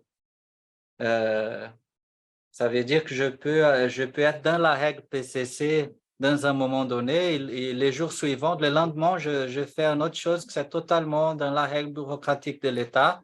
Et l'autre jour, je fais les contournements de la règle bureaucratique de l'État par mes connaissances. Et les jours suivants, je fais quelque chose qui n'est pas le cas pour l'État ou pour les crimes, mais c'est très bien pour l'Église. aux yeux de Dieu. Et tu vois, c'est comme ça que je vois ce type de choses. C'est plutôt situationnel. Merci. Je peux poser une question? Je peux poser une question. Sylvain. Donc, tu travailles sur l'extension et la diversification des trafics internationaux, et je voudrais ton avis sur ce qui se passe en Amazonie, notamment autour de l'orpaillage, du trafic de bois. On a reçu il y a 2 mois à peu près une anthropologue qui nous disait que le PCC était de plus en plus présent en Amazonie. Parce que tu viens de nous dire, semblerait, on pourrait penser que la période des 4 dernières années n'a pas été propice au développement territorial du PCC, notamment en Amazonie.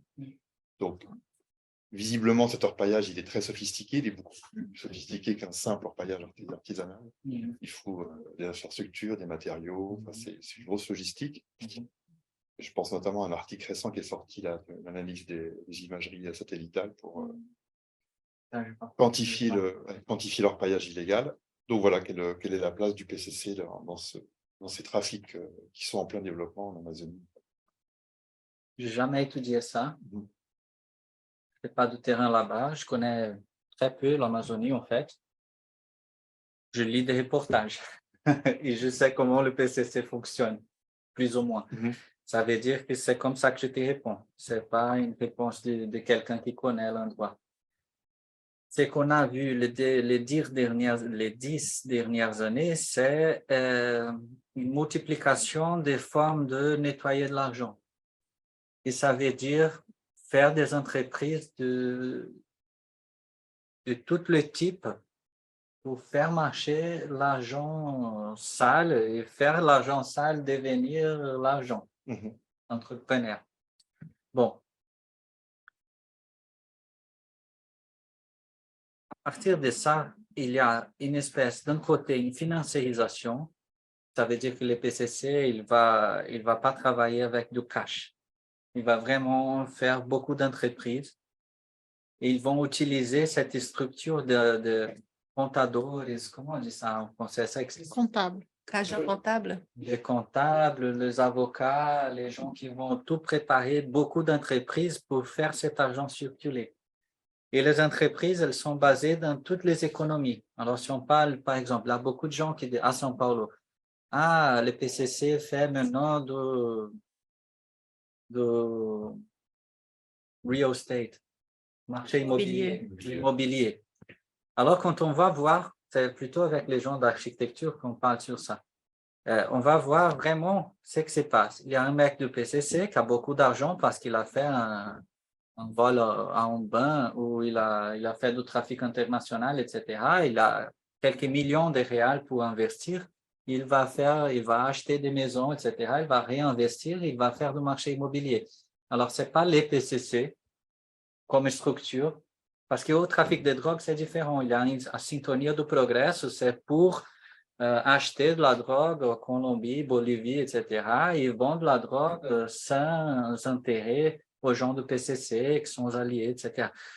Dans ces cas-là, marché immobilier, l'or, bois, tous les types de minerais qui se passent en Amazonie, ce que je pense, c'est que c'est les gens qui habitent là-bas, qui font du trafic de drogue, qui font du vol, qui sont du crime, et qui, dans un moment donné, ils voient qu'il y a une possibilité de faire de l'argent avec de l'or. Ils ont beaucoup plus de structures pour faire ça et qu'ils ont beaucoup d'argent pour investir et pour gagner ces market share, pour gagner des parties de marché. Et c'est ça que je pense qui se fait. Et j'imagine qu'au côté de la légitimation de cette possibilité, c'est exactement la même chose qu'on voit dans les faveurs. Ça veut dire comment je rentre dans les marchés. Je peux rentrer dans les marchés comme un entrepreneur qui dit, vous allez travailler pour moi à partir de demain. Et je vais payer des salaires pour vous, je vais être le patron. Et je ne pense pas du tout que c'est comme ça. Je pense que ça, c'est les entreprises qui les font, les coronels, ils font comme ça. Et les PCC, ils font le contraire. OK, on va s'organiser ici et tout le monde va gagner beaucoup plus et on veut pas votre argent, on veut pas qu'il y a de la violence ici, la loi du plus fort, etc. on va tout débattre, on va avoir une justice, on va être façon PCC de travailler dans ce marché-là. On ne va pas se disputer avec nos copains à côté. On va faire des alliances, etc. Et s'il y a des conflits, c'est à nous de résoudre. Nous qui sommes les frères. Je pense que c'est comme ça qu'ils font des alliances locaux. Ils gagnent beaucoup d'argent avec la cocaïne. Ils réinvestissent pour faire l'extraction du bois, pour faire invasion de terres indigènes, pour faire circuler l'or. L'or, c'est sûr que c'est une forme de nettoyer de l'argent très connue. Parce qu'il n'y a pas beaucoup de traçabilité et que c'est racheté par les banques suisses et autres. Ouais. Il n'y a pas de contrôle de production. Si tu as une entreprise de l'or, tu peux dire j'ai acheté une tonnellade, je sais pas, une tonne. Et personne ne va dire non, ça a venu d'où, il n'y a pas de traçabilité, c'est ça qu'il veut dire. Alors, je pense que c'est pas différent, c'est la même façon de penser quand on est dans une minerie, extraction de l'or, de bois, marché immobilier, quand on parle d'hôtel, c'est la même chose. C'est un ordre de marché qu'ils essaient d'établir, une gouvernance de cette partie des marchés. Et surtout quand on parle des gens qui sont les plus pauvres des plus pauvres, les gens de minerie, les gens qui font l'extraction de bois dans l'Amazonie, etc. Ça, c'est vraiment un empowerment. Vous n'êtes pas les exploités, vous êtes les acteurs qui intéressent et vous avez la parole pour dire les injustices qui se passent, etc. C'est pour ça que je pense que ça s'élargit très rapidement. D'une façon ou d'autre, ça gagne les discours critiques contre les patrons. Merci. D'autres questions? Pas le temps pour une question encore. Ah, moi aussi, j'ai. Si. Non, mais j'en ai une très. J'en avais deux, je vais en faire une très. C'est très ponctuel. J'étais très curieuse parce que dans ton texte, tu dis à un moment donné, quand tu es en train d'écrire la vie de cette femme qui est viciée dans le crack et qui va en prison, et sa mère dit, là, elle va arrêter la drogue parce que dans les prisons du PCC, le crack n'entre pas. Et tu ne dis pas pourquoi. Parce que c'était pas contrôlable. C'était à partir de 2002. Ils ont dit non, on va plus avoir de crack parce que les gens, ils perdent son sang, ils sont pas disciplinables comme il faut. Ils parlent beaucoup sur la dignité. Ils disent que les cracks détruisent la dignité des gens et c'est pour ça qu'ils ne veulent pas les cracks dans les prisons PCC. Au même temps, ils vendent beaucoup de cracks pour les gens qui ne sont pas PCC. Mais par exemple, quand on va à la Cracolândia, en São Paulo, la discipline, c'est totalement PCC. Mais ce n'est pas les frères qui sont là-bas. Les frères, ils vendent, ils s'en vont. Ils disent non, il y a ça, c'est pour eux. C'est pas nous. D'accord. C'est des sous-traitants. Oui, en fait, c'est les gens que... C'est très intéressant parce que ma femme, elle a étudié ça avec beaucoup de finesse ethnographique. C'est les gens qui... Quand on a eu une enquête quantitative, dans la Cracolândia, il y avait 78% des gens qui ont été interviewés, ils ont passé dans une prison dans les 5 années Précédentes. Ça veut dire que c'est presque tout le monde est passé par une prison ou va passer par une prison dans un moment donné. Ils sont le moins considérés, les gens avec moins de statut dans les prisons.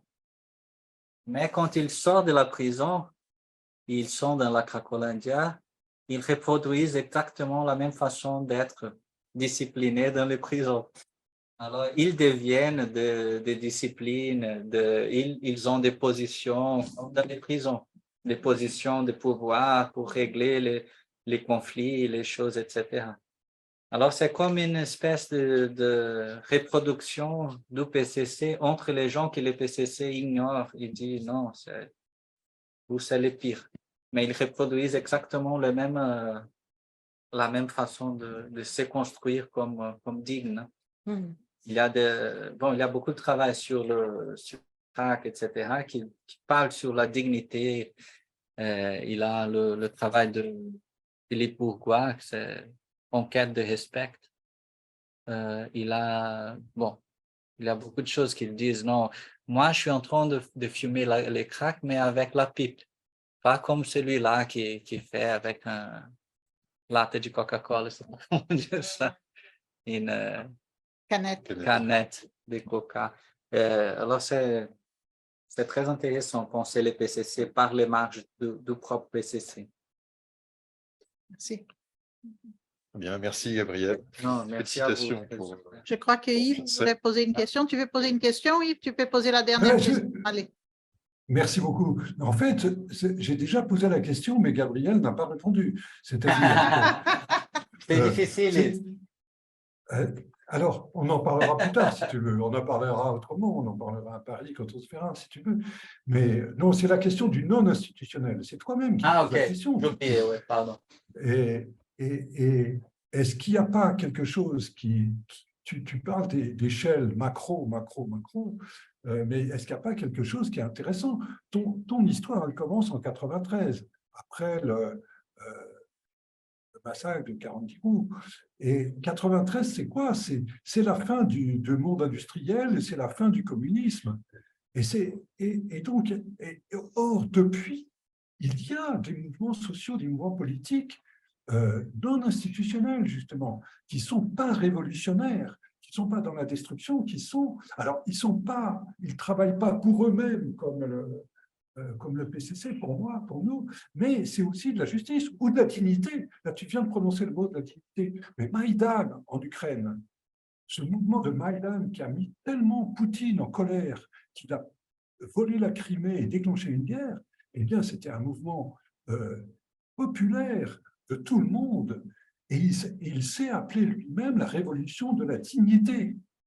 Donc, ce que je voulais savoir, c'est est-ce que là, tu fais aussi de la connexion entre ces mondes dont tu parles et voilà, c'est un peu une question comme ça, quoi. Non, merci beaucoup, Yves. En fait, je ne pense pas… comment dire ça? Je pense pas… Normalement, quand j'utilise le mot institution, c'est pour parler des institutions formelles de l'État, etc. Ce n'est pas d'institutionnalisme, je pense comment… Mais bien sûr qu'on pourrait penser les bonnes institutions pour penser comment le PCC s'institutionnalise, se développe, etc. OK. Mais pour m'expliquer, ce que je pense, c'est que la forme de faire de la politique, c'est très différente de la forme des partis. Et je pense qu'on pourrait peut-être, ça à penser peut-être ensemble, mais quand on parle de la confraternité nigérienne, quand on parle de voleurs, comment ça s'appelle en Russie, les voleurs, comment? Les voleurs dans les droits ou quelque chose comme ça, les gens qui… Oui, d'accord. Ah, oui. Tu connais ça. Quand on parle des gens qui sont beaucoup plus marginaux d'un des régimes qui sont établis par des États, etc., on voit que ce type de construction, il se répète, hein, les mafias, etc. C'est toujours de l'honneur, de la dignité, de la lutte contre le pouvoir établi, c'est toujours et c'est pas de la révolution, c'est surtout de la résistance avant et après, on va construire d'autres choses et on va devenir, je sais pas, des entrepreneurs plutôt que de dictateurs. Et je toujours pense à ça. Quand les gens du PCC, ils arrivent dans un moment Parce que pour faire le documentaire, on a bien parlé avec les mecs qui sont énormes, que j'avais pas connus avant. Je connais toujours les mecs qui sont des petits trafiquants, des gens qui sont les petits dans les positions de pouvoir. Mais pour les documentaires, j'ai réussi à parler avec quelques-uns qui ont beaucoup de pouvoir, qui ont beaucoup d'argent aussi. Et ils veulent être entrepreneurs. Ils veulent être empresários. Ils veulent pas être politiciens. Ils veulent pas être, tu vois, Et il veut arriver au point maximum du nettoyage, c'est-à-dire devenir des gens dans la légalité totale, ou ils pensent qu'ils vont arriver à ce stade-là? Oui, parfois ils arrivent. Ils arrivent à avoir, par exemple, les gros trafiquants qui étaient tués au Paraguay en 2006. Il était connu au Paraguay comme un grand entrepreneur de université de médecine, mais aussi des trucs de voiture, des choses comme ça. Il n'était pas connu au Paraguay. J'ai des copains qui ont réussi à faire ça. Mais ce que je veux dire, c'est qu'ils leur normativité, ce n'est pas une normativité de devenir un pouvoir institutionnel établi. Ils veulent faire partie d'un réseau moral et être reconnu comme quelqu'un qui a réussi et qui peut aider les autres, etc. Dans le modèle Berlusconi, tu penses? Oui, c'est pas Berlusconi parce que Berlusconi, c'est plutôt personnel comme ça. Et pour eux, c'est plutôt moral. Mais c'est privé de toute façon. C'est pas une rationalité publique. C'est pas non, je vais avoir beaucoup d'argent et je vais réformer, je vais tout refaire les maisons de favela. Je vais faire les égouts, l'infrastructure et les transports. C'est pas ça. Je vais devenir quelqu'un très respecté et qui les gens connaissent et qui je peux distribuer beaucoup. À qui je veux, oui, à qui. À qui je veux, exactement. Mais pas de raisonnement public. Alors, je pense que l'idée d'une politique public, universel, etc. Ça, c'est pas Middle East, pas Amérique latine, pas, tu vois, c'est pas l'Afrique. C'est vraiment, c'était un projet d'une hégémonie, d'une façon de penser la République, la démocratie, etc. Mais quand on voit les pouvoirs qui arrivent par les bas, c'est pas ça qui arrive. Je peux juste faire un commentaire un peu naïf. Non, c'est parce que je me demande si si c'est possible d'arrêter ça, de lutter contre ça. Et là, en ce moment, mes filles m'ont convaincue de regarder une série. Moi, je n'ai pas la patience de série, mais j'ai commencé à regarder et je suis assez… Non, non, justement, là, tu as parlé du passé. Non, c'est Peaky Blinders. Et alors, je ne sais pas dans quelle mesure la série s'est peut-être inspirée de ce qu'on vit aujourd'hui, mais c'est exactement ça, c'est-à-dire que ça commence avec le trafic de boissons, des choses interdites pendant l'entre-deux-guerres vers les États-Unis, le whisky vers les États-Unis, mais aussi et là, il est au moment où il a commencé vraiment aussi à investir dans l'immobilier. Dans l'immobilier. Oui, là, je ne suis pas encore, j'étais en train de me spoiler. mais bon, en certains moments, ça a été contrôlé, en tout cas dans le Royaume-Uni. Et est-ce qu'on peut…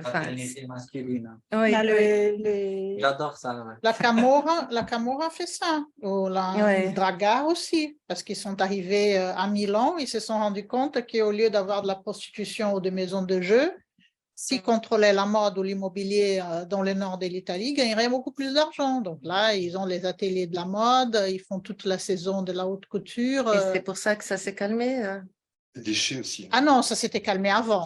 C'était calmé avant. La fin des assassinats, c'était dans les années 70, oui, 80. Ils ont arrêté de tuer. Il y en avait encore. Après les années de plomb, c'est fini. La pacification, ils ont arrêté de tuer. Pas les juges. Les juges, c'était quand, là, les derniers… Et l'avant-temps, peut-être. Oui, mais ça, c'était isolé. Le fait qu'ils tuaient tout le monde, qu'ils étaient des guerriers, qu'ils portaient des armes, ça, c'était fini avant. La guerre, là, elle a institué le marché. Ça n'apportait plus rien. Marché, Ça n'apportait plus rien pour les les affaires. gouverner plutôt que... ouais. Non, ça, il faudrait penser hein, dans une comparaison un peu plus large. Je crois que c'était ça le projet de Tilly, de Charles Tilly. Il pensait vraiment comme oui, les réseaux commerciaux et politiques, ils se font en même temps.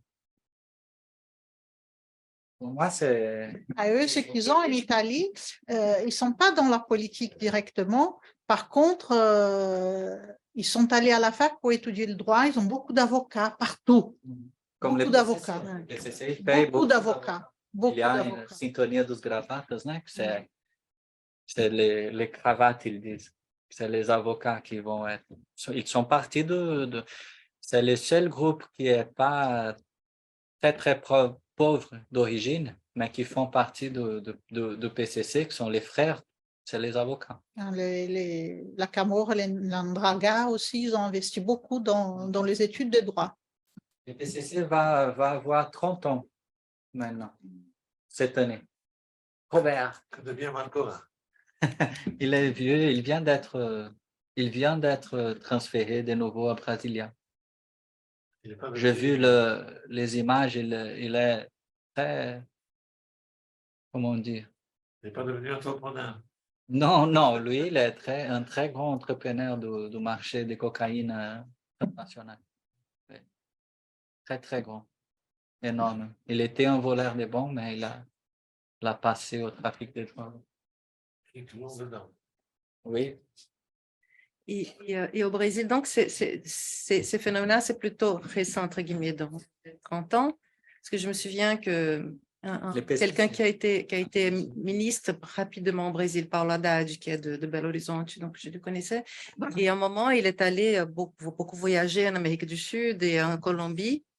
Je me souviens qu'il avait dit qu'il avait été très impressionné comment les grands fermiers, producteurs de café, etc., tout était très lié, les trafics, la politique et ces grands producteurs de l'économie, enfin des choses très fortes de l'économie colombienne. Et à l'époque, je me souviens que c'était quelque chose qu'on dit, ah bon et là, aujourd'hui, pour nous, c'est devenu presque une évidence. Enfin, ça n'étonne plus personne. Beaucoup d'argent, beaucoup d'argent. Et cet argent circule par l'économie. Les petits trafiquants comme ça, ils gagnent 1000 reais dans un vol, ils vont dans le shopping mall, ils achètent tout. Ils ne gardent pas l'argent. Alors, l'argent, il passe par lui, mais il rentre dans les marchés, des grandes marques, etc. Et les grosses, ils font des entreprises d'un peu tout. Il y a beaucoup d'argent. Ce n'est pas marginal. Je pense que quand on avait parlé des voitures volées, dans un moment donné, on a parlé de 30 milliards d'euros par an avec des voitures volées au Brésil. Bon, la Petrobras a 5 milliards d'euros. C'est la plus grande entreprise du Brésil, c'est 5 milliards. Bon, les marchés de voitures volées, c'est des milliers d'entreprises, ce n'est pas une entreprise. Mais en même temps, c'est énorme. Ça fait circuler beaucoup d'argent. Oui. Cet argent il circule par les marchés. Mais ça, les milices, ils mêlés à ça, à Rio. À Rio, je ne connais pas beaucoup, mais bon, les milices, elles font beaucoup elles exploitent. Je crois que Marielle, elle était justement en train d'enquêter, enfin, de lutter contre les voitures, les vols de voitures et aussi des permis, des bâtiments, un marché immobilier clandestin de grillage de terre à Rio das Pedras, je crois que c'est le quartier. Et donc, la milice, il y a des moments où ils ont aussi des business en commun avec à part la drogue. Et si on suit les réseaux, et on va voir qui sont les entrepreneurs de l'immobilier liés aux milices. Ils vont être à la base du bolsonarisme. Oui. Ça, c'est sûr. Oui, c'est ça. C'est pour ça que j'ai pensé à la question de Yves sur les PCC. Par contre, il est lié aux milices qui font un peu les mêmes choses. Des centres violents toute une espèce d'extraction, d'accumulation qui va être ces réseaux politiques, etc. C'est pour ça qu'ils utilisaient le cartão corporativo de la même façon qu'ils utilisaient là à Rio das Pedras. La prochaine séance des midis, enfin du séminaire, c'est le 20 février, c'est ça, avec Daniel Rojas, et puis ensuite le 6 mars avec Liliana Signini de l'Unicamp. Donc le 20 février, puis le 6 mars. Voilà. Merci. Merci à tous. Merci.